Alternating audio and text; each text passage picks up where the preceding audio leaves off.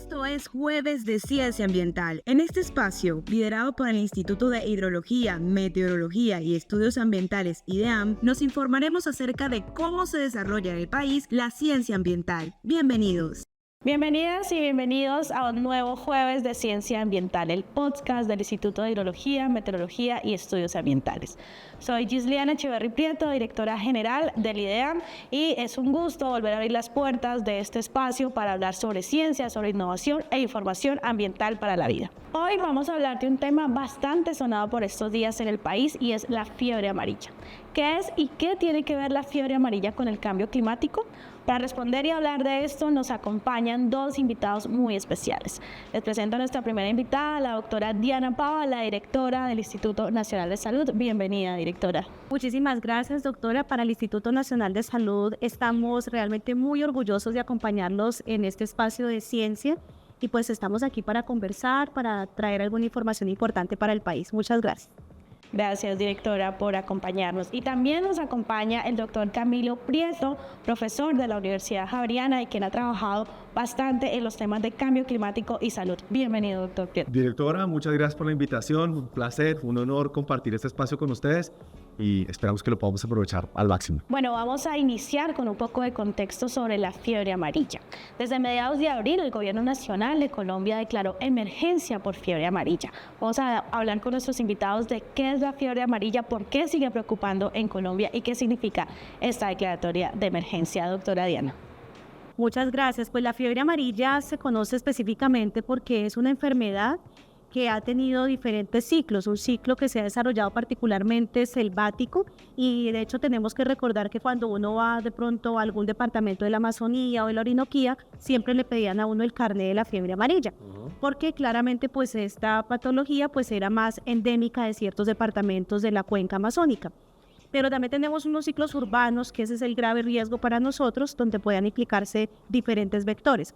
Pero la fiebre amarilla es una enfermedad viral, es producida por un virus que se conoce como arbovirus, son las familias, y que claramente pues generan una enfermedad que puede llegar incluso hasta la muerte. Entonces, inicialmente, como la mayoría de los arbovirus pueden generar como muy parecido a una gripa, ¿no? Como un malestar general, dolor en las articulaciones, y luego vamos con algunas de estas fases y obviamente es inmunoprevenible, es decir, que la vacunación protege contra esas formas graves de la enfermedad. Gracias, doctora. Doctor Camilo, su experiencia desde el lado ambiental, ¿qué nos puede decir respecto a la fiebre amarilla, a la declaratoria de emergencia y a esa relación también con lo ambiental y el cambio climático? Y acá hay un fenómeno muy interesante que no es reciente, sino está relacionado incluso siglos atrás, documentado en la literatura, en diferentes brotes que han ocurrido en diferentes regiones del mundo. Quiero referirme a uno muy particular que se relaciona con el tema ambiental y adicionalmente con el impacto en salud pública. Por ejemplo, con la construcción del Canal de Panamá, a principios del siglo pasado, se generaron precisamente unos brotes muy intensos, no solamente de fiebre amarilla, también de malaria, pero especialmente en esa enfermedad, en la fiebre amarilla. Y ahí ya vemos una relación entre cómo, más adelante lo hablaremos en esta conversación, cómo la deforestación, el avance sobre los bosques favoreció estos contagios y pues que lamentablemente muchas vidas se perdieron. Entonces es el primer elemento. El segundo elemento en el que hay que insistir es que estamos hablando de una enfermedad que es prevenible, que puede llegar a ser mortal, pero hay que hacer énfasis en eso, que es prevenible, por un lado por la vacuna y adicionalmente también por las conductas que podamos tener los seres humanos en la manera de relacionarnos con la naturaleza. Especialmente hay hago énfasis en el manejo de los bosques y también de la fauna silvestre. Gracias, doctor. Ya entraremos en mucho más detalles.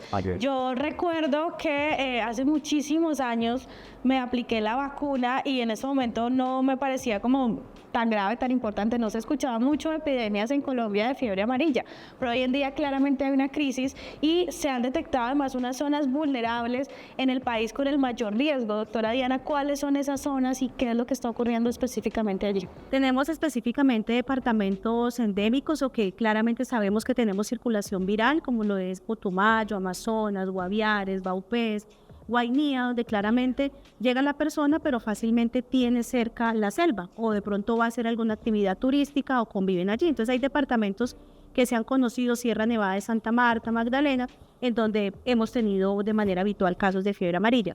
Sin embargo, en el brote actual en el departamento del Tolima o el caso que tuvimos en el departamento de Caldas, en el municipio de Neira, pues tienen un comportamiento posiblemente inusual que ha llevado a realizar actividades de epidemiología de campo y revisar a detalle qué está sucediendo.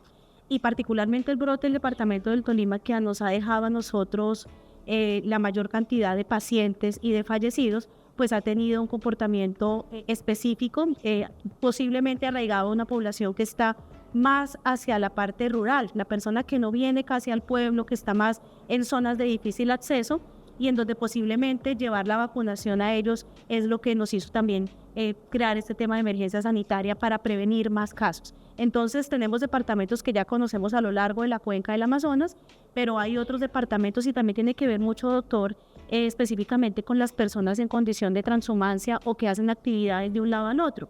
El mejor ejemplo puede ser las cosechas de café o personas que van de un departamento a otro y que posiblemente no tengan vacunación. Gracias, directora Diana. Y bueno, doctor Camilo, usted mencionaba de unas condiciones sociohistóricas que se van convirtiendo en estructurales que dinamizan esto o aceleran estos procesos de epidemia y que se han presentado a lo largo de la historia.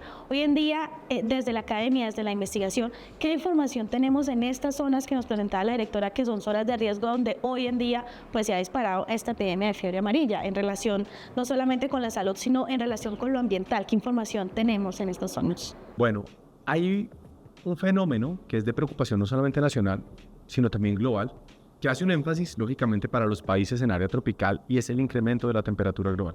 Y ya no solamente es el incremento de la temperatura, sino la manera como se está acelerando. Fíjense, cuando uno mira y combina al menos de las 5 fuentes más importantes del mundo, llega a una conclusión, y es que estamos teniendo una aceleración de 0.46 grados centígrados por década. Uno dice, ay, pero eso es mucho. Pero cuando uno lo mira, año tras año, década tras década, evidentemente estamos teniendo un cambio muy rápido en la temperatura. ¿Esto qué hace?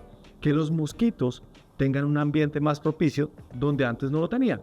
Por ejemplo, si pensamos en la periferia de Bogotá en un par de décadas, donde aún es frío, y en un par de décadas ya será más templado, el mosquito tendrá una mejor oportunidad para las siguientes posibilidades. 1, para aparearse. 2, el número de picaduras. Y 3, también en las tasas de éxito de transmisión de la enfermedad. Entonces, ese es un fenómeno muy preocupante, porque cuando se revisa la temperatura, de cómo ha ido cambiando en Colombia la temperatura promedio por década, evidentemente, como lo ha habido también insistiendo en la ideal, ha sido en ascenso. Entonces, ese es un primer asunto de preocupación. El segundo asunto, también muy relevante, tiene que ver con deforestación y la probabilidad de que los seres humanos entren en contacto con especies en las cuales normalmente no tienen contacto, y se produzca ese fenómeno de salto interespecie, es decir, que de los monos hay una picadura, y entonces de la picadura, después de un mono que esté contagiado, después una picadura en un humano, y así esto se vaya propagando, porque hay que recordar que esta es una enfermedad transmitida por vectores. Y otro asunto que también se vincula con la deforestación es que a medida que avanza ese fenómeno, se generan unos encharcamientos que son evidentemente también aprovechados por los mosquitos. Entonces, como vemos, los fenómenos ambientales no se reducen solamente al asunto de talar los bosques, que es muy preocupante, sino también a ese fenómeno global de incremento de la temperatura.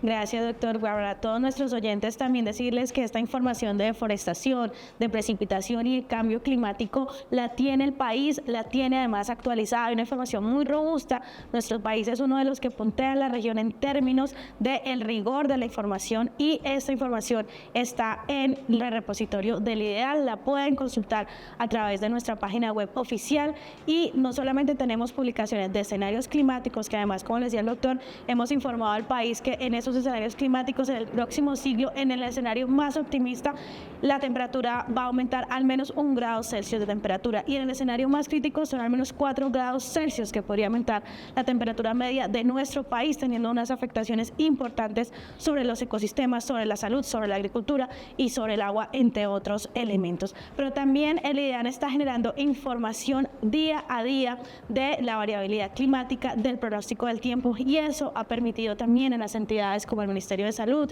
y el Instituto Nacional de Salud tener un seguimiento y una planificación y priorización de esa atención de la emergencia, esa información relacionada con las precipitaciones, la intensidad, la frecuencia, la ubicación de estas precipitaciones, también de temperatura. El IDEAN hace un monitoreo permanente con más de 3.000 estaciones hidrometeorológicas en todo el territorio para generar esta información que se vuelve una herramienta de planificación, pero que también está disponible para toda la ciudadanía y para toda la comunidad académica para poder generar investigaciones y entender muchísimo mejor estos fenómenos en nuestro país. Y en esa línea también quisiera invitar a nuestros acompañantes hoy, a los doctores, a Diana y a Camilo, que nos puedan contar un poquito más sobre lo que esperaríamos en los próximos meses con esta epidemia. ¿Hay alguna proyección? ¿Hay algo planes que se tengan en términos de atención o una perspectiva clara en esta región de riesgo? Y comenzamos con la doctora Diana.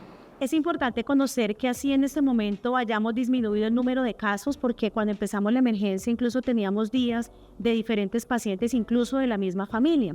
Pero en este momento continuamos en emergencia sanitaria y esto es lo que nos ha llevado a garantizar una adecuada atención en salud, intervenciones que disminuyan el contagio. Sin embargo, ¿qué podríamos esperar? Hay una alta circulación viral y eso no lo podemos evitar. Y eso lo estamos viendo a través del monitoreo de epizootias que también el Instituto Nacional de Salud confirma a través del Laboratorio Nacional de Referencia. Nosotros hacemos la confirmación de este virus a través de metodologías validadas, tanto para humanos en diferentes matrices, como también se hace en las epizootias. Y esto es un lugar muy importante porque nos ayuda a monitorear el comportamiento del virus. Es decir, vamos a hablar en este momento, tenemos municipios muy priorizados con una alta circulación viral, como lo es Chaparral en el departamento del Tolima, que es el municipio que más epizootias hemos detectado con un número de 14, pero también tenemos los municipios cercanos como Río Blanco, seguimos también con Ataco, con Planadas. Entonces por eso es tan imprescindible que en este momento seguimos en emergencia. No podemos decir exactamente hasta cuándo porque hay diferentes factores. Les quiero comentar y me parece maravilloso este espacio porque cuando vamos a territorio vemos muchas dificultades por la lluvia, por derrumbes, por dificultades de las carreteras que son totalmente inhóspitas, no son vías pues de fácil acceso, y estas condiciones de clima y salud claramente afectan. Y esto es un espacio muy bonito que estamos teniendo entre la parte de salud y las variables, y lo que hace posiblemente esta articulación es mejorar unos factores predictivos. Pero creo que hay que ser muy cautos en lo que podemos esperar. Hay algunos modelos de inteligencia artificial que estamos trabajando con la academia, el Instituto Nacional de Salud y el IDEAN, que hemos llevado una relación muy abierta. Y es lo importante de que estas variables que maneja el IDEAN, y yo aprovecho este espacio para exaltar la labor y lo importante, doctor, que es que uno a veces no ve lo importante que son estas variables y cómo afectan estas variables a nuestra salud humana, pero también a la salud animal. Gracias, directora. Para el público general, ¿qué es una epizootia? Bueno, las epizootias en este contexto estamos hablando de animales que también presentan la enfermedad, pero no solamente son los monos, y ese es un espacio muy importante. Los monos no transmiten la fiebre amarilla, porque hemos tenido algunos departamentos en donde estaban haciéndole daño a los monos, y eso no es así. Ellos, al igual que nosotros, también son afectados por el virus, porque son primates no humanos. Entonces, de esta manera desarrollan el ciclo como nosotros, mueren por la enfermedad, pero no la transmiten de manera directa, como lo decía el doctor Camilo. Aquí pues tenemos un culpable especial, primero el virus y segundo es el vector.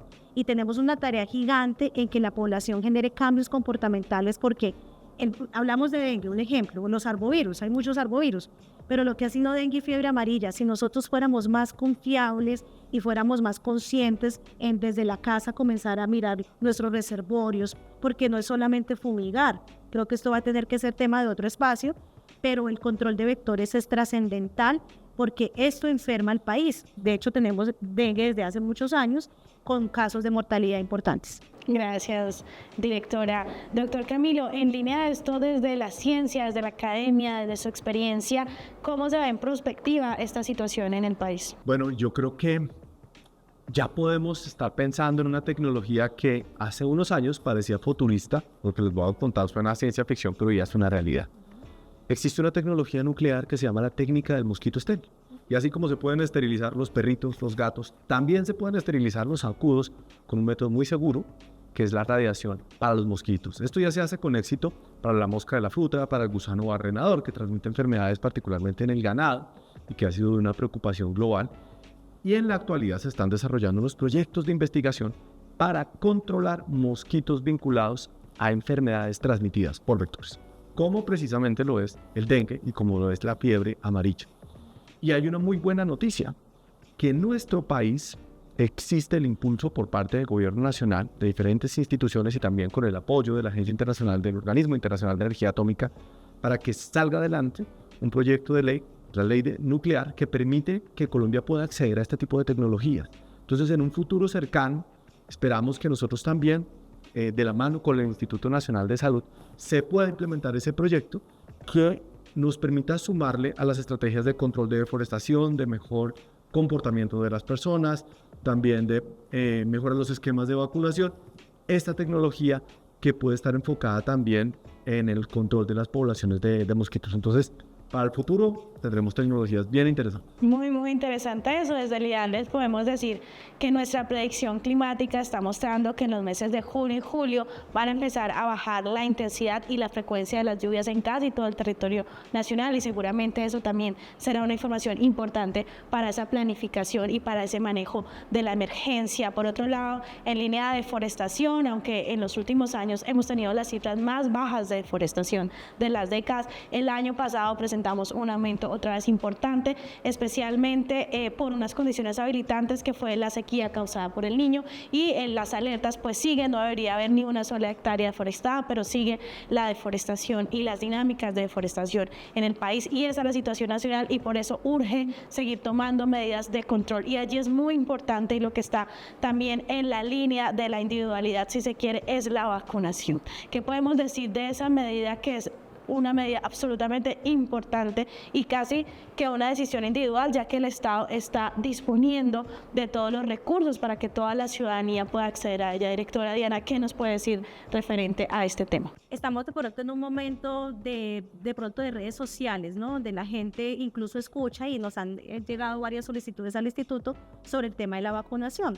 Primero, la vacunación protege vidas, porque también hay movimientos antivacunas que obviamente son bastante especiales, pero es un llamado de pronto a las personas a que siempre se informen bien, porque a veces no podemos poner de pronto nuestra salud en manos de personas que pronto no tengan ese sustento científico, y es un llamado muy importante. Y sobre todo, y creo que es importante mencionarlo acá, tosferina, que hemos tenido casos de mortalidad, y también fiebre amarilla. Entonces, el llamado más importante es a la evidencia científica y a que son enfermedades inmunoprevenibles. Pero acá también viene, estimados compañeros de SED, y es que la gente dice, venga, yo me vacuno y a mí no me va a dar fiebre amarilla. La vacuna protege contra formas graves de fiebre amarilla, pero tenemos personas vacunadas que han tenido virus silvestre, es decir, desarrollan una fiebre amarilla, contraen la enfermedad, pero es de una severidad leve y por fortuna se manejan y pueden ir a su casa. Entonces, primer mensaje es que protege contra las formas graves y contra la muerte. Otro tema muy interesante con la vacunación es que la vacuna es gratuita, porque también me han preguntado el costo y esas cosas. Una vacuna gratuita para el Estado colombiano. Y también interesante ver que es un virus vivo atenuado, porque a veces la gente dirá, ¿qué me estarán poniendo? ¿Cierto? Es una vacuna que lo que hace es que nos ayuda a desarrollar esta respuesta para protegernos. Y lo otro es que es una sola dosis para toda la vida. Y también quiero precisar, porque de hecho uno mira en los carnets de los hijos y ahí dice, se pone al año y se debe reforzar a los 10 años. ¿Se acuerdan? Eso decía en algunos de los carnets, y uno todavía los tiene en la casa. Pero se hizo un estudio con este tema de monitoreo y se ha revisado a través del Ministerio de Salud y Protección Social, con los cuales trabajamos muy articulados, y en ese contexto se vio que teníamos protección para toda la vida. Por eso en este momento una sola vacuna protege para siempre. Pero también viene el otro elemento que mencionaba la doctora, y es que yo me vacuné, pero no tengo el carnet o no me acuerdo. O a veces vamos a mirar en nuestra página y uno dice, ¿será que se pueden volver a vacunar? Es mejor protegerse, pero lo más importante es saber que es una vacuna que no genera mayores riesgos, que es una vacuna muy segura y que pues protege la vida. Gracias, directora. Doctor Tamiro, le doy la palabra también para este llamado y esta reflexión sobre la vacunación. La vacuna contra la fiebre amarilla no es un experimento humano. Es un medicamento que tiene décadas de historia, que ya ha sido absolutamente probado y que se conoce su mecanismo de protección, y además también se conoce cómo puede salvar la vida de las personas. Las 3 personas que en este momento están hablándoles a ustedes, estamos vacunados y acá estamos perfectamente con buenas condiciones de salud, y a su vez millones de niños, millones, seguramente ya han sido vacunados contra esa enfermedad y van a tener una vida perfectamente normal. Entonces la invitación es a que no caigan en la desinformación. Esta no es una vacuna reciente, sino un medicamento que ayuda a cuidar la vida. Definitivamente la vacunación es muy importante y que la ciudadanía sepa que puede acceder a ella de manera gratuita y que está llegando a todo el territorio nacional. Un mensaje de cierre que quieran dar nuestros invitados para nuestros oyentes, doctora Diana. Bueno, yo creo que la unión hace la fuerza y también que juntos somos más fuertes. ¿Por qué estas dos frases? Porque muchas veces entre las diferentes entidades a veces no nos damos cuenta de esa necesidad de articulación. De hecho, deberíamos ir a territorio juntos, tratar de transferir el conocimiento. Primero, que las personas guarden la calma. Segundo, que continuamos en emergencia sanitaria. Y lo tercero, que logremos hacer todas esas medidas para que esas enfermedades transmitidas por vectores, como el dengue, la fiebre amarilla y muchos otros más, como algunos otros virus que esperamos poder conversar más adelante, como el oropuche y otros arbovirus que pueden estar de manera muy interesante en circulación, pueden ser también muy importantes para que nosotros veamos cómo estas acciones pueden mejorar la salud de las personas, lo que tiene que ver con el boletín de clima y salud, que a veces la gente lo ve que es un boletín maravilloso, doctora, que la gente lo revisa, pero que sepa que es un insumo fundamental para la toma de decisiones en salud pública. Así es. Una conclusión importantísima es que esta enfermedad tiene unos factores ambientales que la propician, como lo mencionábamos, cambio climático, deforestación. Pero a su vez también tenemos herramientas para poderla controlar, como es la vacunación y nuestra relación con el entorno.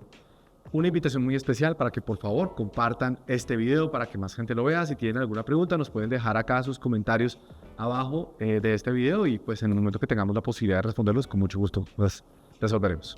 Gracias por eso. Desde el IDEAN también seguiremos disponiendo toda la información que generamos abierta para el público. La pueden consultar a través de las diferentes plataformas oficiales para que estén enterados de cómo está cambiando la temperatura, cómo son los niveles de lluvia en los diferentes municipios del país y por supuesto estos escenarios de cambio climático y también las cifras de deforestación que son generadas por el instituto.